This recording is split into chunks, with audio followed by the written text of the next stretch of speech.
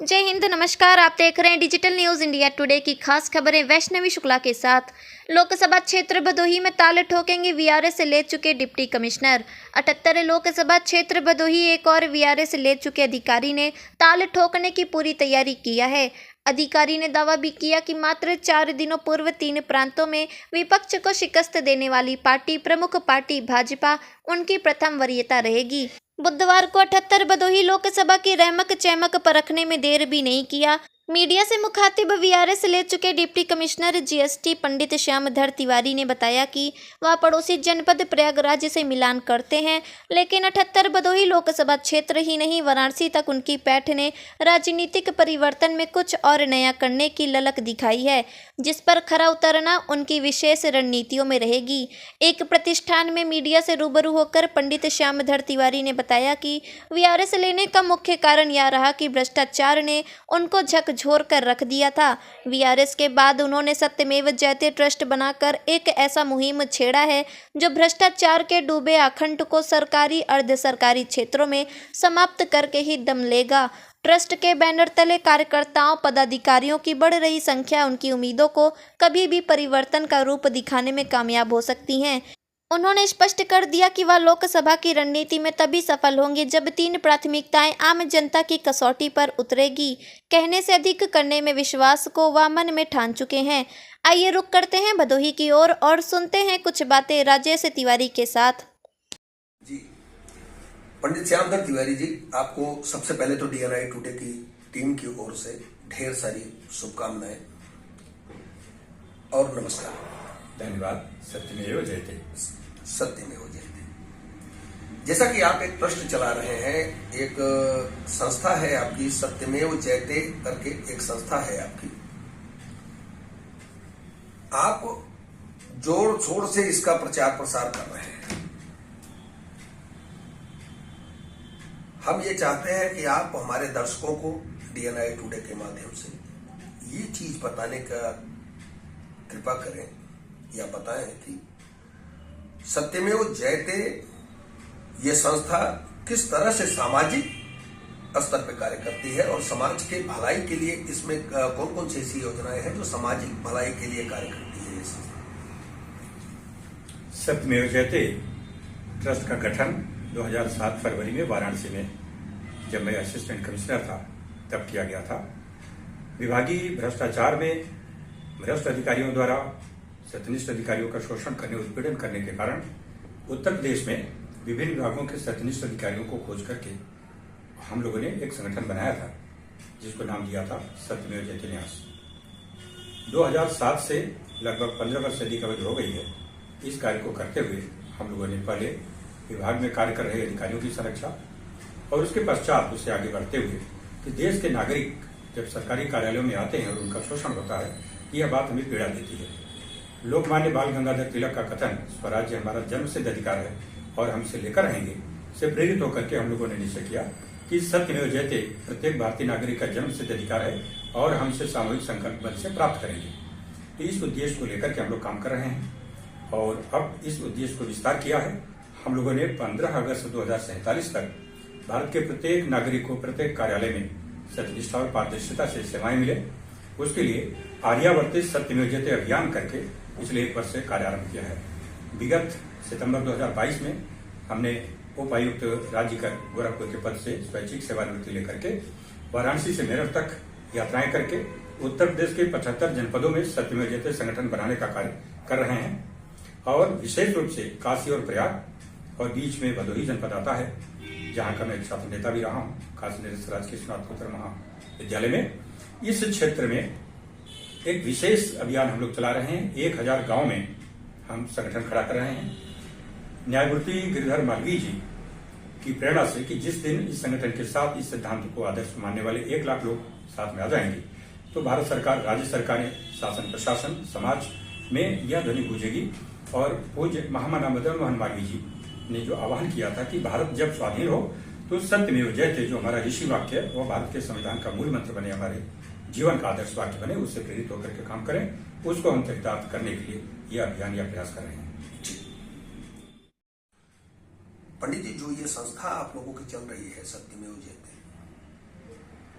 जहाँ तक आज सामाजिक परिवेश को देखा जाए, समाज में देखा जाए, तो तमाम संस्थाएं हैं, तमाम ट्रस्ट हैं जो अलग अलग किस्म से समाज को लाभान्वित करने के लिए कुछ कार्य कर रहे हैं। आपकी संस्था के द्वारा सामाजिक स्तर को लाभ पहुंचाने के लिए या समाज को बढ़ावा देने के लिए, गति में तेजी लाने के लिए समाज के कौन से ऐसे मुख्य कार्य हैं जो आपके द्वारा किए जा रहे हैं सामाजिक स्तर पर, आपकी संस्था के द्वारा?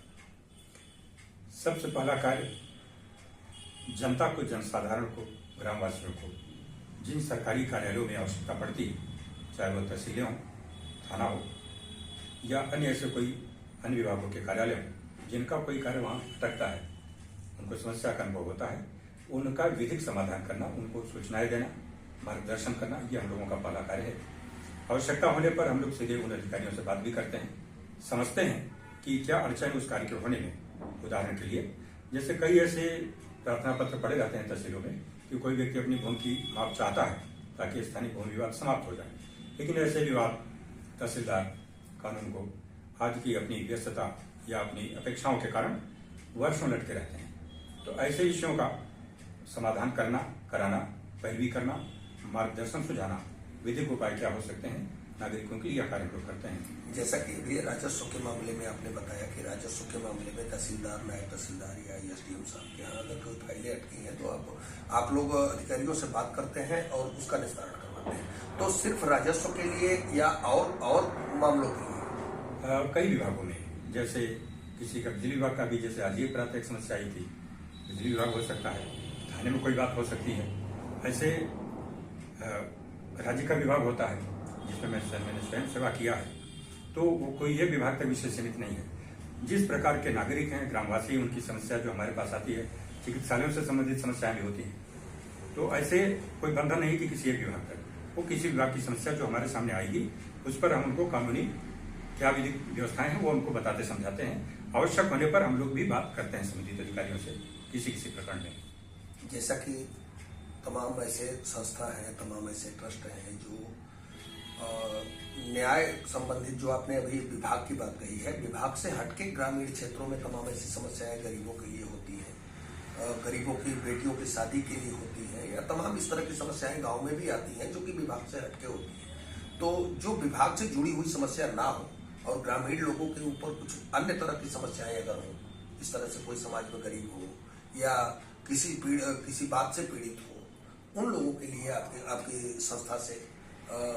किस तरह के कार्य किए जाते हैं, क्या लाभ दिए जाते हैं? हम लोगों की एक बहुत ही महत्वाकांक्षी योजना है जिसको हम लोग कर रहे हैं और आगे और बढ़ाना चाहिए इसको, कि घर घर रोपण, घर घर पोषण। एक विद्यालय हम लोग चलाते रहे, सत्यमेव जयते गुरुकुलम। वहां देखा कि जो बच्चे घर से आते हैं दोपहर का भोजन लेकर के, तो उनके भोजन में रोटी और अचार होता है। उस बात से ये प्रेरणा मिली कि प्रत्येक मौसम में सब्जियां उपलब्ध न होने के कारण बच्चे रूखा सूखा खाते हैं। तो ये विचार किया गया कि हम लोग लगभग हर अपने अभिभावकों के यहाँ और गांव में आगे चल करके सभी के यहाँ, प्रत्येक घर पर गांव में जिसके पास थोड़ी भी भूमि है, 5 प्रकार के फूल, 5 प्रकार के फल, चाहे वो एक ही की संख्या में हो, औषधियां, शाक 5 प्रकार के, जैसा पुराने समय में होता था, हमारे दादी या दादा ऐसा करते थे। तो इस प्रकार का गांव में जागरूकता करना कि शाक, फल, फूल ये प्रत्येक घर और गांव पर हो, 1 की संख्या हो, 5 की संख्या हो, ये हम लोगों का एक सेवा का कार्य चलता है। एक और सेवा का कार्य हम लोगों का जो बहुत महत्वपूर्ण है, जो प्रधानमंत्री जी के राष्ट्रीय स्वच्छता अभियान चला था, उसके पूर्व गंगा जी के स्वच्छता अभियान हम लोगों का एक बहुत ही महत्वपूर्ण कार्य है। 2012 में हम लोगों ने प्रयाग से काशी तक लगभग 6 माह की तैयारी करके 15 दिन की यात्रा किया था और प्रयाग से काशी के उत्तर और दक्षिण के 5 तक, जैसे लाक्षाद्वीप, सीतामढ़ी, सिमरादा, उधर विंध्याचल, चुनाराज में ऐसा हम लोग रुके थे और 5-7 किलोमीटर बीच गांव में जाकर के किसानों की जो समस्याएं हैं उनको समझना, उनको किसानों की आधुनिक जो तकनीकें हैं उनके बारे में चर्चा बात करना, बताना।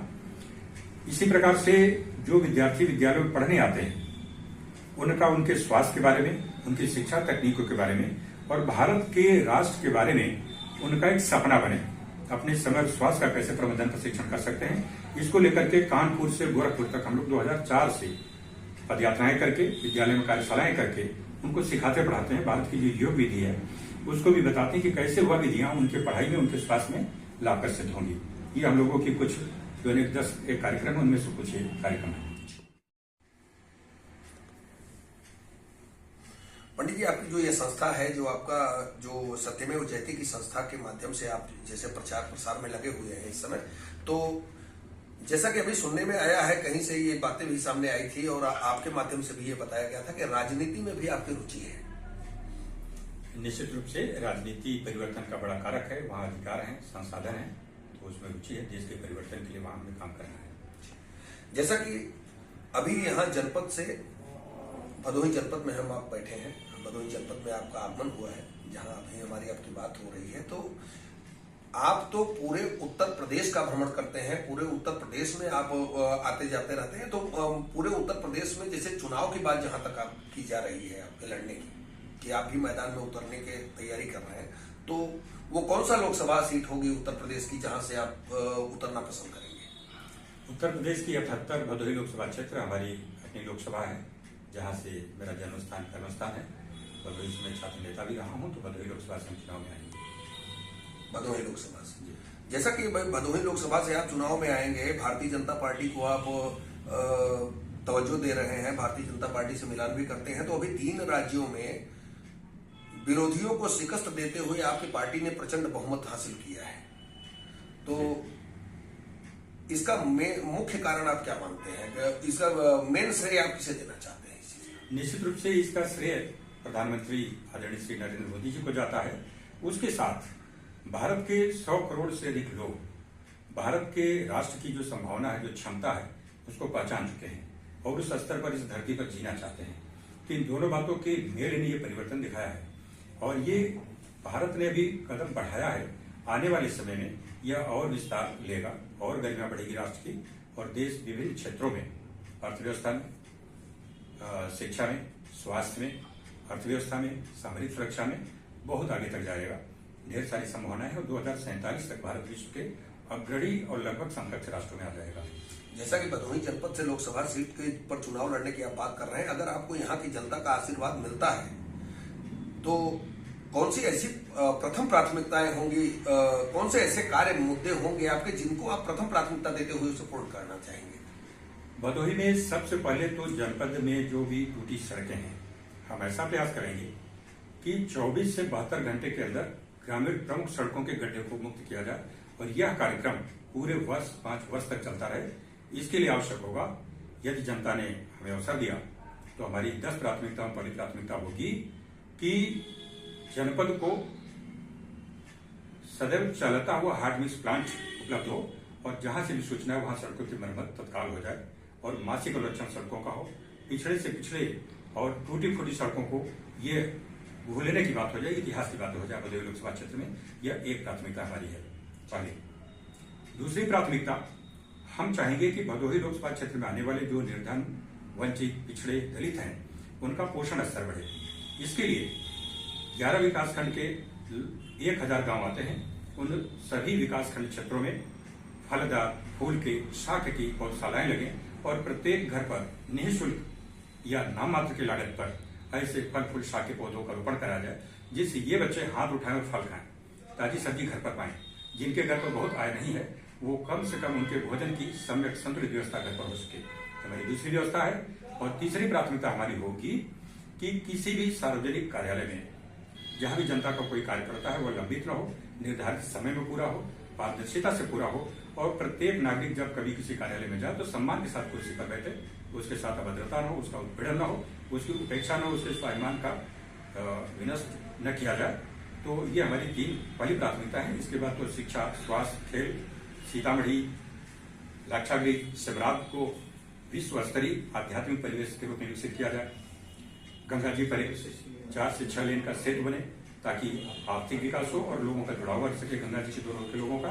तो ऐसी कुछ हमारी प्राथमिकताएं होंगी जिनके लिए 5 वर्ष अहर्निश कार्य किया जाएगा। जी, बहुत बहुत धन्यवाद आपको DNI टुडे को समय देने के लिए। धन्यवाद मित्र। सत्यमेव जयते। आप थे श्यामधर तिवारी जी, सत्यमेव जयते संस्था से। आपने सुना इनके कुछ विचार और आने वाले समय में क्या होगा ये समय के गर्भ में है। तब तक के लिए दीजिए इजाजत राजेश तिवारी को।